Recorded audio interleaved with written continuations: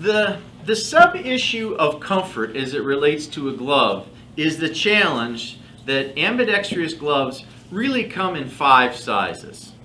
There's an extra small, a medium, a large, and an extra large. With some gloves there is an extra large. But the most commonly used cleanroom gloves are really small, medium, and large, right? 3 sizes. And the most common glove sizes used are medium and large. Probably 30% of all gloves, 35% of all gloves are medium. About 40% of all gloves are large.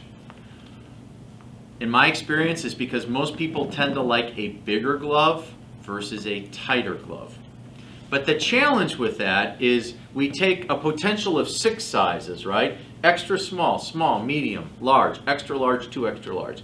So very best case scenario, there are 6 sizes, but the real life scenario is most facilities only have 3 or 4. Some facilities stock small through extra large. Most facilities really only stock small, medium, and large. If you look at a lot of our clients, they stock small, medium, and large. Some stock small, medium, large, extra large. You're going to say, why is he perseverating on 3 or 4 sizes? Because if you look in Wikipedia, the world's total population now exceeds 5, 6, 7 billion people, okay? And the beauty of a wiper is you just fold the wiper in half and fold the wiper in half, and it fits on the palm, and it's as good to go, right? It works because palm width is pretty consistent. Whereas if you look at the structure of a hand, different people from different parts of the country, different parts of the world, different strengths in their hand. There are no 2 pair of hands that are alike. Some people have very thick fingers. Some people have long fingers. Some people have huge palms. Some people have skinny palms. Some people have short fingers and a long thumb. What does this translate into? A glove that isn't comfortable, right? If you were to do what I call the Pepsi challenge with your accounts, and just to do a blind challenge, if you took 100 people, on average, 30% really don't like the glove they're in. They just stop complaining. They just have come to accept the fact that the glove doesn't fit that well, right? They don't complain because they got the job and that's the glove that was issued to them. When you go to introduce a new glove, right, and you have all these set group of people, if you introduce a new glove to 100 people, guess what? You're still going to have about 30% of the people don't like the glove. But you're going to have 30% of the 70% that like the old glove.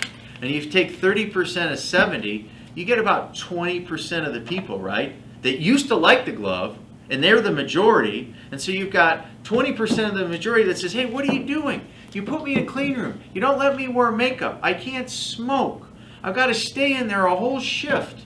You make the room cold. I have to wear shoe covers and a high-top bootie and a bunny suit. Then I have to wear goggles and a face mask. Then you make me wear this glove, and now you're changing the glove, and it doesn't fit as well. You're really messing with me. That's just not fair. I'm going to complain. I'm going to say, hey, go back to the old glove. Well, the 30%, the minority that didn't like the old glove, they've been marginalized anywhere. Nobody really cares what they think, right? Because they just weren't happy campers anyway, right? And they're never going to be happy. So the issue I wanted to speak about comfort is there are 2 contributors to comfort. One of them is the substrate material, PVC, latex, and nitrile. But the other real limiting factor with gloves is the former, right? And this is just the trade-off. When you offer a glove option to a client, you need to make sure that the client considers construction, cleanliness, chemical compatibility, and cost. Because when it comes to comfort, it was Abraham Lincoln who said it best. And Abraham Lincoln said you can please some of the people, some of the time. You'll please all of the people some of the time, but you will never please all of the people all the time.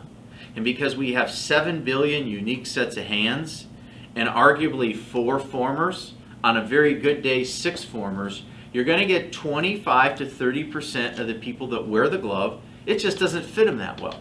And they're not being difficult. It's just the reality that this is a compromise, right? You know, some people, I'm fortunate, I wear a 42 long off the rack. I just happen to be able to wear 42 long. There's some people that their arms are too long, right? Their torso's too short. They just can't fit something off the rack. And that's the problem that you run into with a glove. Is you just, the tough love is you just have to tell 30% of the population, I'm sorry, we just kind of came up with a compromise, and it's going to fit some of the people some of the time, and all the people some of the time, but all the people are just never going to be happy all the time. So it's really important from a comfort standpoint that you have the buy-in of the facility, that they look at the other factors, because you know what the outcropping of this is there are some facilities that don't have one glove, they don't have two gloves, they don't have three gloves, they have four gloves. Because Susie said she wants this glove, and somebody else says, I want this glove. And a third person said, oh, well, no, I need a glove that's stickier, that's got longer fingers.